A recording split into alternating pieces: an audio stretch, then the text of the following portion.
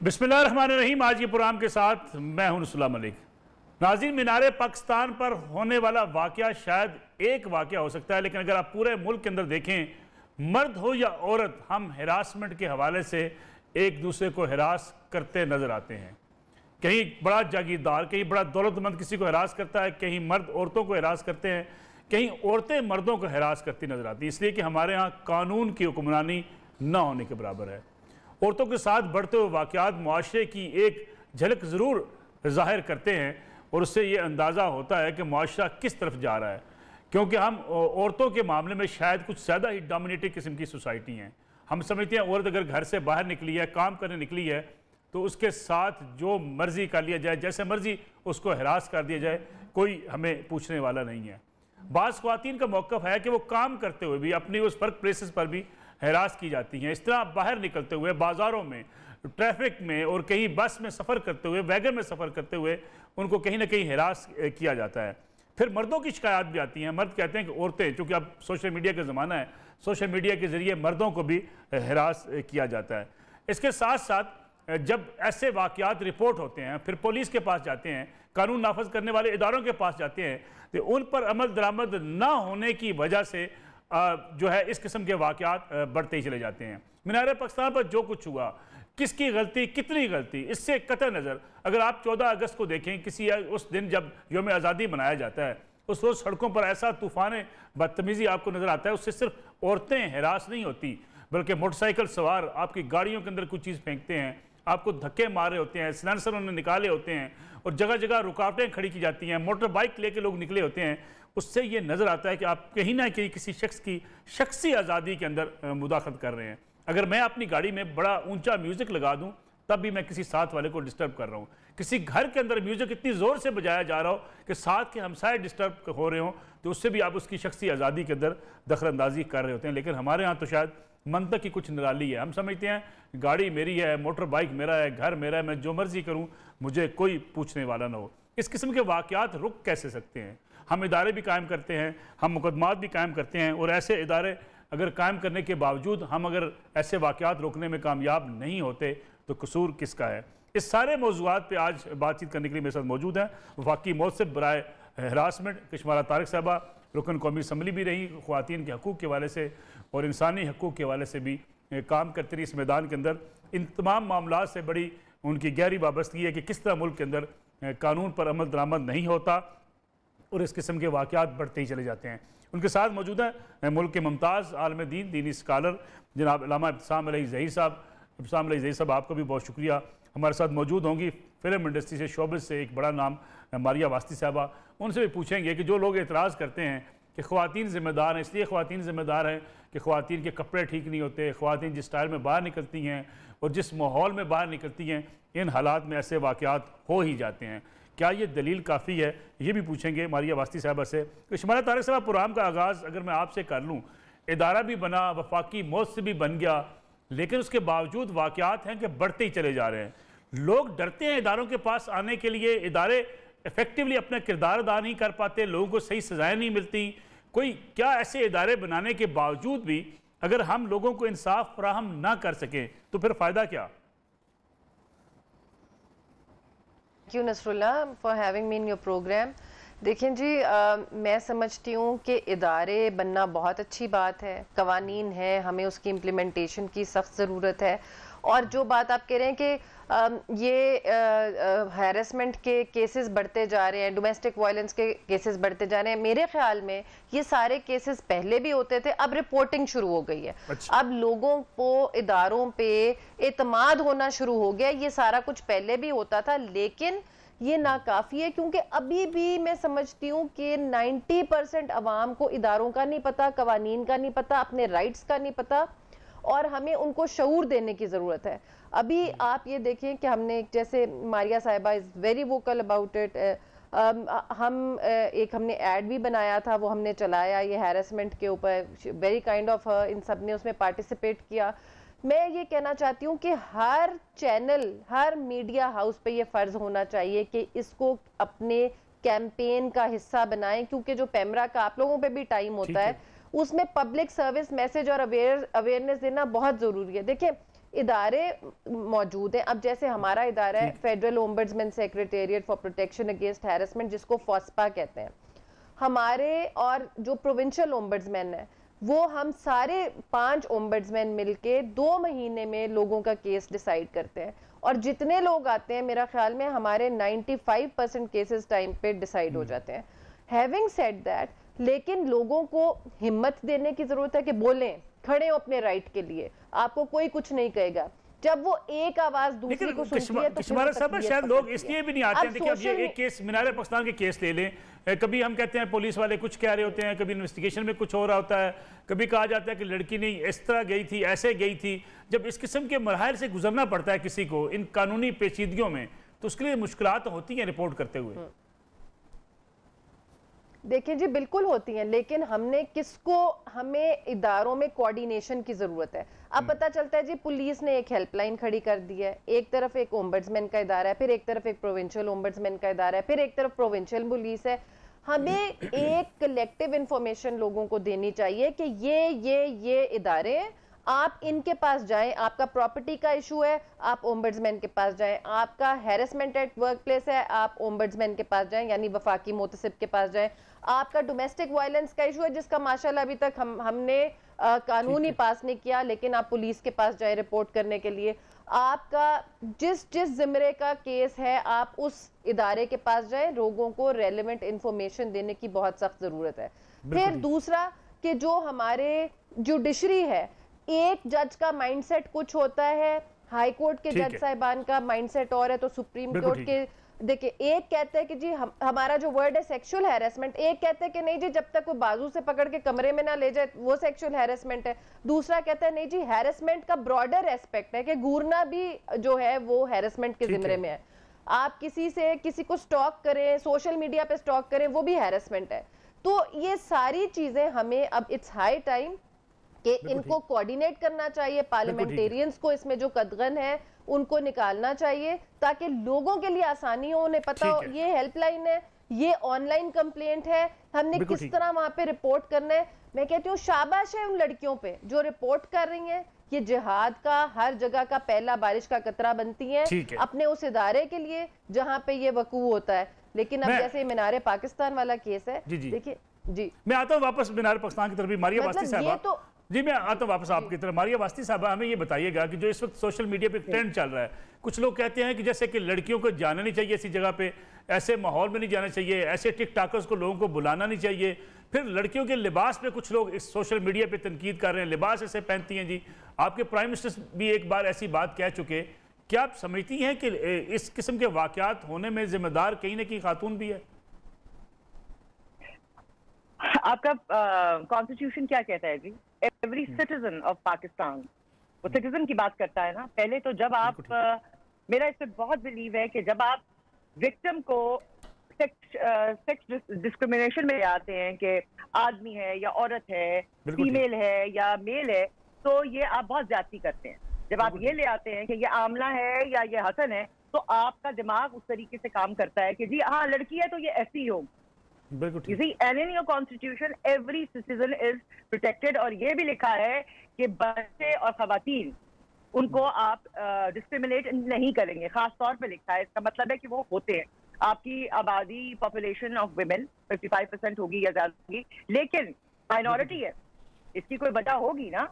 तो आप मुझे आपकी शर्ट पसंद नहीं आ रही तो अब क्या करूँ? आपकी शर्ट फाड़ दूँ? मुझे आपकी लिपस्टिक पसंद नहीं आ रही तो आप क्या गोली मार दूं, आपको नंगा कर दूं सबके सामने? तरीका क्या है उसका? तरीका भी if I R against you, तो उसका तरीका भी एक सोसाइटी को जमा करके एक सोशल एक तरीका, उसका भी लॉ है कि आप कैसे जाएंगे। आप अदालत में जाए और कहें जी ये बंदे हैं और इन्होंने ऐसे ऐसे किया है। आप जब खुद ले रहे हैं लॉ को हाथ में और खुद ही फैसला कर रहे हैं, इससे सिर्फ ये साबित होता है कि गवर्नमेंट जो रेट जो है वो मौजूद नहीं है, जो पहले भी नहीं थी वो अब भी नहीं है। ये पहला वाकया नहीं है, हमारे एंकर्स के साथ ही होता रहा है। सियालकोट में लड़कों के साथ लिंचिंग हुई थी, उसमें उनके कपड़े खराब थे क्या? ये बुरके वाली लड़की के साथ भी हो रहा है, ये बच्चों के साथ हो रहा है। तो this is not the first time it is happening. आप असली बात ये है कि जो भी आप फैसला करें, अगर आपकी डेमोक्रेटिक कंट्री है तो आप फैसला कर लें कि जी सब बुरका पहनेंगे या जीन्स पहनेंगे, वो दैट्स समथिंग एल्स। वो लॉ बना दिया आपने। I like it or I don't like it, I'll have to follow it. लेकिन how can you मैं आपके ऊपर अपनी मर्जी कैसे मुसलत कर सकती हूँ? वो लोग कहाँ थे? आप इनको तो पकड़ेंगे 400 लोगों को, उन लोगों को पकड़े ना जो एक्चुअल रिस्पॉन्सिबल है, वे वर दे जिन्होंने इंप्लीमेंट करना था, जिनको आप लेकर आए वोट देकर, और वो लोग कहाँ है जिन्होंने इंप्लीमेंट करना था लॉ? तो doesn't matter what I think और you think, where is the law? होना ही नहीं चाहिए था। यहाँ पर अगर एक लड़का दूसरे लड़के को गोली मार देता तो फिर आप क्या कहते हैं कि वो लड़का जैसा कैरेक्टर ठीक नहीं था? Doesn't matter, it should be for everyone. तो मुझे लगता है कि पहली आपकी सोशल इशू अलग है कि व्हाट यू लाइक और आई लाइक इट, या आपके बाल अच्छे नहीं है, आपकी कमीज अच्छी नहीं है, व्हाट यू डू, या आप क्या बात करते हैं। लेकिन तब भी मुझे और आपको एक हद में रहकर बात करनी है, दलील देनी है, whether I agree with you. Law जो है दैट इज फॉर एवरीवन, जो कहीं नजर नहीं आता, जो कहीं इंप्लीमेंटेड होता हुआ नजर नहीं आता, तो बस ठीक है, फिर निकल जाते हैं। शय है, घरों में भी मार दो और वही गाड़ दो, it's the same thing, it's the same mentality, we can get away with it. औरत क्या चीज है? तो जब ये है, ये डर ही नहीं है और पावर स्ट्रगल है, तो फिर दिस विल हैपन। तो मुजम्मत का एक लफ्ज बोलेंगे वो लोग और हैरत से देखेंगे उसी केस को जिसकी जिम्मेदार वो खुद है, और मुजम्मत करके निकल जाएंगे। इसको मेरी तो ये राय है कि मुजम्मत को आप एक नेशनल सेंटिमेंट या नेशनल एक वर्ड बना दें कि हम नेशनल वर्ड मुजम्मत है। बिल्कुल ठीक है। इलामा सामला ज़हीर साहब जो मारिया वास्ती बात कर रही हैं कि बुरके वाली निकले, उसके साथ भी हरासमेंट होती है, उसको भी तंग किया जाता है, इसके तो कोई गर्ज नहीं है कि कौन कैसा लिबास पहन के निकलती है, लेकिन वाक़यात फिर भी होते हैं। फिर हम एक इस्लामी मुल्क है, हम हर वक्त हमारे उलमा, हमारा दीनी तबका कहता है ख्वातीन का एहतराम, जो हमें इस्लाम ने सिखाया, लेकिन उसके बावजूद आप किसी बड़े दिन को देखें, बड़े ईद के दिन हो, 14 अगस्त हो, उस रोज़ शहर से, घर से बाहर निकलना नामुमकिन बना दिया गया है, ख़ासतौर पर फैमिलीज़ के लिए। देखिए, बुनियादी तौर पर बात यह है कि गुफ्तगू एंगल दो हैं। जिस वक्त उलमा सेग्रीगेशन की बात करते हैं या हिजाब की बात करते हैं, या कोई बंदा जो इसका हामी है वो इसको ड्रेस करता है, तो उसका मतलब ये नहीं होता कि वो मुआशरे इंप्लीमेंट करने की बात कर रहा है, क्योंकि इंप्लीमेंटेशन की बात तो बहरहाल हुक्मरानों के हाथ में होती है। हम तो मशवरा दे रहे होते हैं कि अवाम के अंदर प्रिकॉशनरी मैयर जो है ये अडॉप्ट करनी चाहिए, जिससे इसका मतलब ये नहीं है कि वो हमेशा बिल्कुल ख़त्म हो जाएंगे, बल्कि इसका मतलब चांस कदरे कम हो जाएंगे और आपकी प्रोटेक्शन जो है बढ़ जाएगी। दूसरी बात, जहाँ तक ताल्लुक है लॉ की बात का, तो चूंकि लॉ जो है उसको इम्प्लीमेंट करना हुकाम वक्त की जिम्मेदारी है, इसलिए ये बात ठीक है कि लॉ जो है क्रॉस दी बोर्ड जो है सही तरीके से इम्प्लीमेंट नहीं हो रहा होता। उस लॉ को इम्प्लीमेंट करना और एग्जाम्पलरी पनिशमेंट देना उन लोगों को जो इस किस्म के कंडक्ट का मुजाहरा करते हैं, ये हुक्मराना ने वक्त की जिम्मेदारी है। और मैं ये बात समझता हूँ, जब आपकी कौमी असम्बली के अंदर करारदाद पास हुई थी, उससे पहले हम बहसें करते रहे हैं कि कैपिटल पनिशमेंट मिलनी चाहिए उन लोगों को जो माइनर्स के साथ उनको रेप करने के बाद कत्ल कर देते हैं। उसका डिबेट्स हुई थी, बाद लोगों का ये देन था कैपिटल पनिशमेंट जो है वो ह्यूमन राइट्स की वायलेशन है, लेकिन हमने उस मौके के ऊपर ये बात जो थी अपने सेंटीमेंट्स का, अपने दलाइल का इज़हार किया। ये कई क्राइम इतने अपने इंटेंस होते हैं कि उनका कोई दूसरा वे आउट नहीं होता कि उनको कैपिटल पनिशमेंट देनी चाहिए, लेकिन अल्टीमेटली आपका एक नेशनल कंसेंसस बिल्ड हो गया कौमी असम्बली करारदाद के बाद। लेकिन फिर भी उसके बाद बावजूद जो है वाक़यात हो रहे हैं, और वाक़यात होने के बाद कोई ऐसी बात नजर नहीं आती कि उस करारदाद के ऊपर अमल किया गया। वो करारदाद भी बिल्कुल एक खुतबे की शक्ल इख्तियार कर गई है, जिस तरह हम हिताब करते हैं। आपने जो बात की मखलूत के हवाले से, महफिल के हवाले से, मखलूत तो जो रक्शे पे बैठ के जा रही बेचारी, उसको क्या लेना देना मखलूत किसी महफिल से? वो तो अपने घर से निकली है। मैंने पहले ही बात कही है, मैंने पहले ही आपको बात कही है कि उसके नतीजे के अंदर वाक़यात के ना होने के इम्कानात इसलिए पैदा नहीं होंगे कि दीगर अवामिल जो है मोरालिटी के वो भी जो है शामिल हैं। हमारे वालिदैन जो उनके ऊपर जिम्मेदारी आयद होती है औलाद की तरबियत करने की, अपने बच्चों की तरबियत करने की। आपकी मैं बात समझता हूँ, डोमेस्टिक वायलेंस की बात तो करते हैं, लेकिन डोमेस्टिक कंट्रोल की बात क्यों नहीं की जाती उस मौके के ऊपर? क्या हमारे बच्चे या हमारी औलादें हमारे सामने अकाउंटेबल नहीं है? क्या मुआशरे के अंदर जो है 10 बजे, 11 बजे, 12 बजे के बाद हमारा बच्चा घर से गायब रहता है, तो हमें उसके बारे में कंसर्न नहीं होना चाहिए वो कहाँ पे रह रहा है? जब हमारा बच्चा हमारे कंट्रोल में नहीं है और जब हम उसको कंट्रोल करने की बात करते हैं तो अपनी लिबर्टी की बात करता है, अपनी हुर्रियत की बात करता है, अपनी आज़ादी की बात करता है, मेरा जिस्म मेरी मर्जी की बात करता है। तो मैं सोचता हूँ उस मौके के ऊपर आपका डोमेस्टिक कंट्रोल जो है उसको भी एड्रेस करना, या उसको भी जो है ना मुआशरे के अंदर जो है ना उसको यानी बढ़ाना, ये भी बहुत बड़ी जिम्मेदारी है। वालिदैन का काम सिर्फ उनको जो है ना कमा के देना नहीं है, वालिदैन का काम फकत उनका लिबास मुहैया करना नहीं है या एजुकेशन मुहैया करना नहीं है, बल्कि कंट्रोल करना। मैं ये बात समझता हूँ कि पेरेंटल कंट्रोल भी सही माने मुआशरे में मौजूद होना, तो फिर भी औलाद को पता होता है कि अगर मैंने कल कला किसी की बेटी को छेड़ा या कल कला मैंने किसी के साथ को हरासमेंट वाला वाकया किया तो अपने बाप को किस मुंह के साथ फेस करूंगा, अपनी माँ को किस मुंह का फेस करूंगा। ये बातें हमने खत्म कर दी अपनी सोसाइटी में से। मैं ये बात समझता हूँ लिबर्टी की बात अपनी जगह पे चलती है मुआशरे के अंदर, गो हम उसके साथ हमारा अपना एक अलग नैरेटिव है, लेकिन उस जो है उस लिबर्टी के साथ साथ जिस वक्त इस तरह का वाकया होता है हर बंदा अकाउंटेबिलिटी की बात करता है। तो अकाउंटेबिलिटी का आगाज ठीक है हुक्मरानों को जिम्मेदारी आयद करते हैं और होती भी है कि वो क्यों उनको पनिशमेंट नहीं देते, लेकिन उससे पहले जो वालिदैन पे जिम्मेदारी आयद होती है और सासजा पे जिम्मेदारी आयद होती है, क्या उस जिम्मेदारी को निभाया जा रहा है। तो बिल्कुल साहब एक छोटी सी कमर्शियल ब्रेक मुझे प्रोग्राम में शामिल करनी है, वापस आते हैं।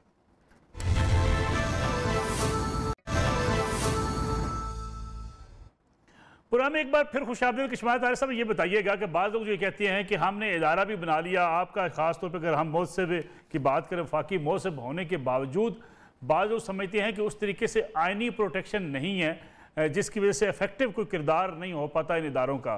फिर जो लोग जाते हैं आपके पास, जैसे आपने कहा, फिर अदालतों में जाते हैं, अदालतों से जाकर रिलीफ ले लेते हैं। इन हालात में मुश्किल हो जाता है एक आम आदमी के लिए इंसाफ हासिल करना। जी दुरुस्त कह रहे हैं आप नसरुल्लाह साहब, आपको आवाज़ आ रही है मेरी? जी मैं सुन रहा हूँ। नहीं आ रही जी मैं बिल्कुल दुरुस्त कह रहे हैं नसरुल्लाह साहब। हमें मेरा ख्याल में सबसे बड़ी इस वक्त प्रॉब्लम जो है ना वो अवेयरनेस की है। लोगों को अवेयर करना बहुत ज़रूरी है, लोगों को शऊर देना बहुत ज़रूरी है, ख़ुसूसी तौर पे ख़वातीन को, कि उनके राइट्स क्या हैं, उनके लिए कवानीन कौन कौन से मौजूद है। मेरे ख्याल में अब आपका जो प्रोग्राम लोग देख रहे होंगे उनको अभी तक ये नहीं पता कि पंजाब में, KPK में और फेडरल में यानी इस्लामाबाद में लोगों को, ख़वातीन को उनके वरासती हकूक़ के लिए सिर्फ 2 महीने लगते हैं अगर वो हमारे पास आए। अगर उनके भाई या उनके ससुराल वाले या अगर उनके हस्बैंड की डेथ हो गई है, उनको विरासत में हिस्सा नहीं मिल रहा, और वो अगर आके, हमें सिर्फ कोई वकील की ज़रूरत नहीं है, किसी को फीस देने की ज़रूरत नहीं है, if they come to us they write an application, और हमें बेशक ऑनलाइन कंप्लेंट कर दें FOSPA के ऊपर, FOSPAH, तो हम उनका जो प्रोविंशियल ओम्बड्समैन है वो प्रोविंसेस में सिर्फ, अब देखिए 3 जगह पे इम्प्लीमेंट हो गया लॉ, 2 जगहों पे नहीं हुआ, सिंध में और बलोचिस्तान में। तो हुकूमत पे जोर डाला जाए, उनकी हुकूमतों पे, कि वो भी ये वाला कवानीन लेकर आए जिसमें फ्यूडल सिस्टम है और खवातीन के जो वरासती हकूक है उनको रोका जाता है। वायलेंस क्यों होता है? इसी वजह से होता है। वुमेन एम्पावरमेंट क्यों नहीं, एमांसिपेशन क्यों नहीं होने देते? ना कि आप 2 सूबों में बना ना सके, फिर कुछ ऐसी चीजें हैं जो अभी तक हुकूमत के पास फंसी रहती हैं, इन इदारों की भी। पुलिस अपनी जगह पे रोती है, हमारी जो प्रोसिक्यूशन सिस्टम है उसमें लोग रोते हैं। ये सारा निज़ाम अगर ऐसा रहेगा तो फिर इदारे कैसे काम करेंगे? देखें जी, यही मैं आपसे कह रही हूँ मलिक साहब, अब नूर मुकद्दम केस है तो कितनी चीजें बीच में से गायब हो जाती हैं, एविडेंस गायब हो जाता है। जब हम असेंबली की ह्यूमन राइट्स कमेटी पे बैठते थे तो ऐसे केसेस भी हमारे पास आते थे जहां पे पुलिस के पास अगर औरत जाती है तो वहां पे सिपाहियों ने ही उनका रेप किया होता था। तो ऐसे हमने कभी नहीं सुना कि ऐसे सिपाही को नौकरी से निकाल दिया गया या उसको उम्र कैद कर दी गई। अब आप देखें न्यूयॉर्क में गवर्नर कोमो को हटाया गया सेक्सुअल हैरेसमेंट चार्जेस के ऊपर और उसकी जगह खातून कैथी को गवर्नर बनाकर लगाया गया। कभी आप अपने मुल्क में ये तसव्वुर कर सकते हैं अभी तक? फिर उसके बाद अभी एक और वहां का बड़ा पॉप स्टार है R&B सिंगर, उस पे सेक्सुअल हैरेसमेंट के चार्जेस चल रहे हैं। तो वहां पे बड़े बड़े लोगों पे हाथ डाला जाता है। पहली दफा देखिए मैंने यहाँ पे एक DIG साहब को फारिग किया, एक अदद 22 ग्रेड के ब्यूरोक्रेट को फारिग किया, अभी एक बैंक है बहुत बड़ा, उसके CEO और CFO ने रिजाइन किया हैरेसमेंट के चार्जेस के ऊपर। ठीक है जी, बहुत बड़े बड़े इस तरह के केसेस हो रहे हैं जिधर अब मीडिया नहीं उनको हाईलाइट कर रहा, तो लोग समझते हैं कि शायद केसेस नहीं आ रहे। हमारे पास रेगुलरली केसेस आ रहे हैं। अब कई ऐसे, अब मीडिया का काम है टू कम एंड रिपोर्ट। जब तक वो शऊर नहीं देंगे, लोगों को पॉजिटिविटी नहीं मिलेगी कि हमें इंसाफ मिल रहा है, हम जाके अगर रिपोर्ट करेंगी, हिम्मत बांधेंगी। और उसमें उनको ये भी बताना जरूरी है कि वकीलों से लोग डरते हैं, पैसे देने से डरते हैं। इधर वकील नहीं चाहिए, खुद आके अपना केस प्लीड करें, आपको वकील हायर करने की भी जरूरत नहीं है। सो सिमिलरली देखें, डोमेस्टिक वायलेंस बिल पास कराने के ऊपर प्रेशर क्रिएट करें कि आपके पास अगर एक थाने में खातून जाती है, उसके हस्बैंड ने मारा पीटा हुआ है, उसको बुरा हाल किया, वो कहते जी कानून ही नहीं है। ठीक है, कानून तो बनाए, किस कानून में पकड़ के उस हस्बैंड को अंदर डालेंगे? अब उस पे जैसे मारिया साहिबा ने बात की कि जिनको वोट दिया है वो पार्लियामेंटेरियंस, चाहे वो अपोजिशन में है या गवर्नमेंट में, बैठे और उस बिल को हर किसी के घर में बेटी है यार, जब तक अपनी बेटी को मारनी पड़ती तब तक आप हिलते नहीं हैं, तब तक आपकी रूह नहीं कांपती, जब तक कोई नूर मुकद्दम का आप वेट कर रहे हैं कि किसी के घर में आएगी। ठीक है मारिया साहबा, ये बताइएगा आज बख्तावर भुट्टो जरदारी की तरफ से ये कहना कि मर्दों के दाखिले के ऊपर पब्लिक मकामात पर पाबंदी लगा दी जाए, ये एक दूसरी इंतहा है। कैसे मुमकिन है जब इस किस्म के वाक़यात होते हैं, हम कुछ मर्दों के साथ में खड़े होते हैं, कुछ हम औरतों के साथ में खड़े होते हैं, डिवाइड कर देते हैं। क्या बख्तावर भुट्टो जरदारी को ये कहना चाहिए? मुझे नहीं लगता, क्योंकि जो उनकी वालदा थी और पीपीपी का जो स्टांस है वो बिल्कुल अगर आप देखें तो मुख्तलिफ रहा है। और ये हल नहीं है, ये वही बात है कहने वाली कि मोटरवे पे खवातीन ना जाए, मीनारे पाकिस्तान पे खवातीन ना आए, बच्चे ना आए, क्योंकि ये तो हल नहीं है, बिल्कुल बिल्कुल इस बात का हल नहीं है। This is amazing what Kashmala has told today कि ये आज कितना काम हो रहा है, बट हाईलाइट नहीं हो रहा है। बेसिक बात ये है कि अगर खुदा ना खास्ता मेरे साथ कुछ होता है तो मेरे अंदर वो कॉन्फिडेंस होना चाहिए कि yes I will be protected, और मेरे साथ और इस्तेसाल नहीं होगा। I will be protected even as a witness कि किसी के साथ हुआ है या मेरे साथ हुआ है। और डोमेस्टिक वायलेंस का आपके पास लॉ ही नहीं है, लेकिन वायलेंस का तो कोई लॉ होगा, थप्पड़ मारने का, किसी की बॉडी को हार्म करने का, वो लॉ तो अप्लाई होता है कि नहीं होता। आप कहते हैं मेरा जिस्म मेरी मर्जी, अरे भाई समझो तो सही, ये कितने 100 साल से ये चीज चलती आ रही है, इसके पीछे क्या है? मेरा जिस्म इज योर पर्सन, जिस्म का इस्तेसाल हुआ है, उसके साथ जाती हुई है, उस पर मारपीट हुई है, तो क्या कुछ और कहेंगे आप? क्या कह देंगे? माइक्रोफोन कह देंगे, टेबल कह देंगे।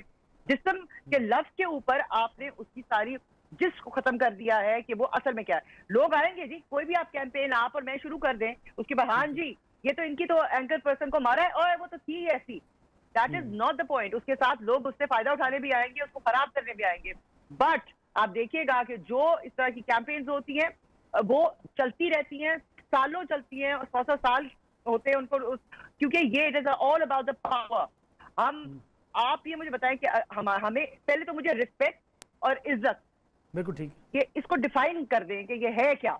एहतराम क्या है? मैं तो जी औरत का बहुत एहतराम करता हूँ, या किसी भी इंसान का, मैं खड़ा हो जाता हूँ जो बात है, लेकिन उसके बाद में उसको मार मार के उसका भुरकस निकाल देता हूँ अगर वो मेरी बात नहीं मानती। उसको इजाजत नहीं है, उससे कैसे ये काम किया। इज्जत तो डिफाइन करें कि असल में है क्या, रिस्पेक्ट क्या है। Respect of a human being, आप निकाल दें उसमें से जेंडर। ह्यूमन बीइंग, एक डेड बॉडी की भी रिस्पेक्ट होती है, आप उसको कफन पहना के इज्जत से ताजीम के साथ दफन करते हैं। हमें यही नहीं पता है कि क्या है। तो वी हैव टू, और अगर आप मुझे पूछे तो जो कैंपेन है फॉर वुमेन, उसमें हमारे मर्द हज़रात, हमारे भाई, हमारे बाप, हमारे सारे साथी, उनकी जरूरत है, उन्हीं की वजह से तो चल रही है। सिर्फ खवातीन तो लेकर उसको नहीं है, ये तो सिर्फ जहां नाइंसाफी हो रही है उसके बारे में बात है। और इट इज वेरी इंपॉर्टेंट, जैसे कशमाल ने कहा, we have to talk about it. हमें इसको आम करना है, हमें इससे डराना नहीं है। अगर आपके घर में किसी के साथ हो रहा है तो डरे ना कि मैं अपने बाप को, भाई को बताऊंगी तो मेरी तो उनकी इज्जत भी खराब हो जाएगी, मेरी भी। ये जो चुप रहना है ना, दैट इज द जो टैबू टॉपिक्स है, आप उनके बारे में बात करनी पड़ेगी। आप पहले हम कर सकते थे रेप का लफ्ज इस्तेमाल, अब हम कर रहे हैं क्योंकि ये एक खौफनाक बात है। It is not easy. DNA आपकी एविडेंस में यूज नहीं होता था, अगर आपको याद हो, डीएनए रेप की एविडेंस में यूज नहीं होता था, अब यूज होता है। So we have to talk about it. It has to be normal. आप इसको don't push it put it under the carpet. We have to talk about it. बिल्कुल ठीक है। इब्तिसाम साहब ये बताइएगा कि जब इस किस्म के वाक़यात, अगर हम मीनार पाकिस्तान की बात करें, फिर जो एक वो मोटर साइकिल रक्शे के ऊपर वाक़या पेश आया, इसके वाक़यात के बाद जब मजहबी अनासर, कुछ मजहबी तंजीमों से वाबस्ता लोग सोशल मीडिया पर आकर इस किस्म की बातें करते हैं कि ख़वातीन जब निकलेंगी घर से ऐसे होगा, जब काम करेंगी जाके मखलूत महफिलों में जाएंगी ऐसे ही होगा, मीनार पाकिस्तान पे वो गई क्यों? क्या मजहबी अनासर को सोशल मीडिया पर ऐसी बहस में हिस्सा लेना चाहिए, बजाय इसके कि कंडेम करने की बजाय ये जो जुल्म ज्यादती हुई है उसके खिलाफ आवाज़ उठाने की बजाय एक मजलूम के खिलाफ आवाज़ उठानी? देखें, ये बुनियादी तौर पर बात यह है कि मैंने पहले ही कहा था, इहलाकी सजेशन देना या किसी बंदे को किसी डेंजर जोन से उसको बचाने की कोशिश करना, ये अलग बात है। लॉ एनफोर्समेंट की हमेशा बात की है। और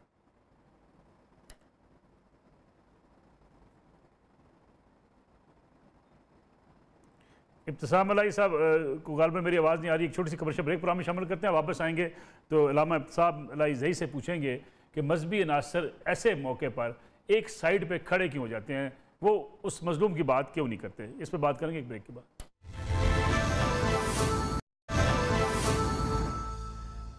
पुराने एक बार फिर खुशामदीद। इब्साम ज़हीर साहब, ये बताइएगा कि मजहबी अनासर क्यों मैदान में उतर के आ जाते हैं जब इस किस्म के वाक़यात होते हैं, तनकीद करते हैं मजलूम के ऊपर और कहते हैं जी कि ख़वातीन ऐसे लिबास क्यों पहनती हैं, बाहर क्यों निकलती हैं, मखलूत महफलों में क्यों जाती हैं? अगर सोशल मीडिया पर इस बहस से मजहबी अनासर अवॉइड करें तो क्या बेहतर नहीं होता?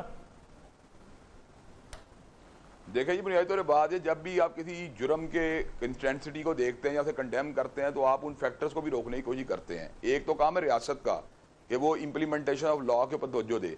दूसरी बात है जो मुआशरे के मुस्लिहीन या फॉर्मर्स या मजहबी लोग होते हैं वो इन तमाम फैक्टर्स को भी उजागर करते हैं जिसके ज़रिए आप उन नुकसानात से बच सकते हैं, उन वारदातों से बच सकते हैं जिसके नतीजे में आपकी इज्जत या आबरू का खतरा हो।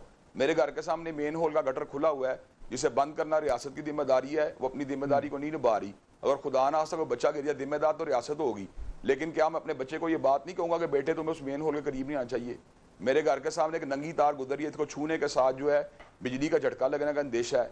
उसकी इंसुलेशन की जिम्मेदारी तो हुकूमत की है, हुकूमत जिम्मेदारी दानी कारी को टच कर दे, जिम्मेदार तो हुकूमत होगी, लेकिन उस तार से अपने बच्चे को बचाना क्या मेरी जिम्मेदारी नहीं है? जब हम सूरह नूर का मुताला करते हैं जहाँ पे उसमें हदूद का जिक्र किया गया, कोड़ों का जिक्र किया गया है, वहाँ पर्देदारी का जिक्र है, वहाँ सेग्रीगेशन का जिक्र है, वहाँ हशीयत इलाही का जिक्र है, इवन के आपके अपने घर के अंदर उन औकात का जिक्र है जिनके अंदर आपके बच्चे वगैरह जो हैं उन प्राइवेट औकात के अंदर आपका दाखिल नहीं हो सकता। इवन के उन घरों के अंदर जहां पे कोई बंदा मौजूद है उनके अंदर दाखिले के आदाब का जिक्र है। इसका मतलब ये होता है कि जब आप लॉ को बयान करते हैं उसके फिर निकाह का जिक्र है कि आपको अपने बच्चों का निकाह करना चाहिए, यानी कि तमाम की तमाम बातों को इंटीग्रेट किया जाता है। तो मैं ये बात समझता जब हम ये बात करते हैं ब्लेम नहीं करते विक्टिम को।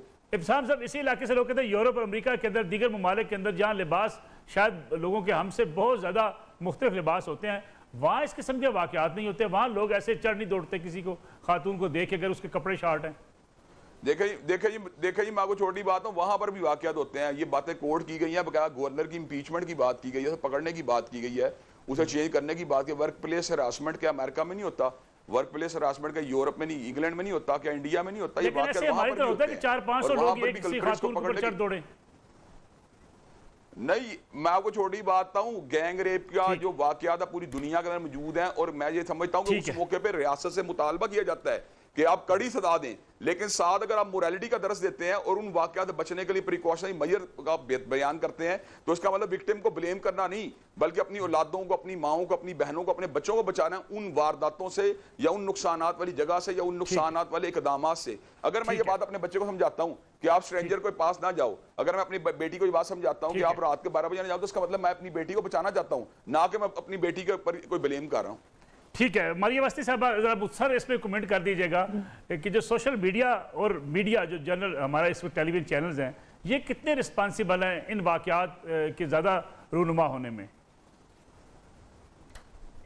देखिए, मैं उस तरह बिल्कुल ब्लेम नहीं करती। मीडिया जो है वो आपको हमारा क्या है, प्लस आपका सोशल वो है, आपका जो नेटवर्किंग है, सारी बहुत सारी चीजें जो पहले सामने नहीं आती थी और हम उनको पर्दा डाल देते थे, बहुत सारी चीजें हमारे सामने आ रही हैं और एक हम उन पे बहस कर रहे हैं, आप उन पे प्राइम टाइम में प्रोग्राम्स कर रहे हैं, और हम जब आप बात करते हैं तो whether I agree with you और I don't agree with you, हम अपना अपना पॉइंट ऑफ व्यू सामने रखते हैं और आप मुझे कन्विंस कर सकते हैं या मैं आपको, जो हमारी अपनी प्रॉब्लम्स हैं। हाँ, ये जरूर है कि आजादी जब आपको मिलती है, जिसका हम आपने देखा है एक बहुत बड़ा जो सामने आपके आया कि 14 अगस्त पे जिस तरह आजादी मनाई गई, आजादी का मकसद होता है कि जी मैं ये जिम्मेदारी ले रहा हूँ कि मैं आजाद हूँ, इसलिए मैं अपनी हर बात और अपनी हर हरकत का जिम्मेदार हूँ। आजादी इसका नाम है। तो जहाँ बेटियों को बताया जाता है कि मेन होल है, आप उसमें ना गिरना है, वहाँ बेटों को भी बताना चाहिए ना कि जी ये नहीं करना, there is a way to exist in society.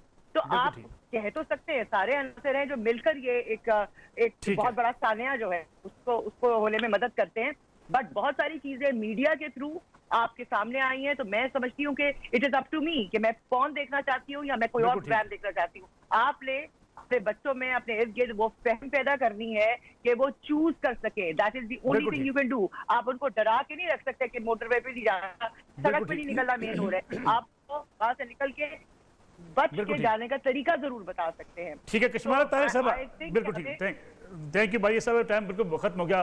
कश्मारा Tariq साहब आपसे मैं फाइनल कमेंट चाहूँगा, बड़ा प्रोग्राम का वक्त मुख्तार बचा है, जो आप फैसले करती हैं, बाज़ ये भी ऐसी इतलात हैं कि आपके ऊपर एक बड़ा प्रेशर आता है कि आप फैसले ना करें, किसी बड़े ओहदे पे बैठे हुए शख्स को सजा मत दें, इस किस्म के हालात फेस करने पड़ते हैं? जी बिल्कुल करने पड़ते हैं, उस पर मेरे पे बहुत प्रेशर आता है, लेकिन अल्हम्दुलिल्लाह कि मैं अल्लाह की अदालत में मेरे ख्याल में सुरखरू होंगी कि मैंने कभी आज तक किसी के प्रेशर में नहीं आई, और मैंने जो इंसाफ होता है उसके ऊपर, चाहे वो मर्द हो या औरत हो, ये भी नहीं मैं देखती कि खाली औरत है, जो इंसाफ की बात होती है वो करते हैं। नसरुल्लाह साहब, इस मुल्क में टॉलरेंस की बहुत ज़रूरत है, जो हमारे अंदर ख़त्म होता दिखता है। जिस तरबियत की हम बात कर रहे हैं, वो वालिदैन को अपने बेटों को ज्यादा बताने की जरूरत है कि आपके साथ के घर की अगर लड़की नौकरी करने जा रही है तो उसको जज मत करें, वो किन तक। और फिर कुरान का यहाँ पे जिक्र आ रहा है तो वहां पे मर्दों के लिए हुक्म है कि अपनी नजरें नीचे करें, लोअर योर गेज, वहां पे ये भी जिक्र है। और वहां पे हजरत खदीजा कुबरा रजी अल्लाह ताला अन्हा की तरह की खवातीन थी जो कारोबार करती थी और जिन्होंने खुद पैगाम भेजा था नबी पाक सल्लल्लाहु अलैहि वसल्लम को निकाह का। तो वहां पे यहाँ पे हमारे इस मुआशरे में अगर दीन की एक साइड की बात करते हैं तो दीन में जो खवातीन के हकूक है, जो हमारे कायद ने, उनकी भी बात करें। बहुत बहुत शुक्रिया ज़हीर साहब और मारिया वास्ती साहब हमारे साथ मौजूद थी। नाज़रीन, आज का प्रोग्राम था, इंशाल्लाह कल आपसे फिर मुलाकात होगी। इजाज़त दीजिए, अल्लाह हाफ़िज़।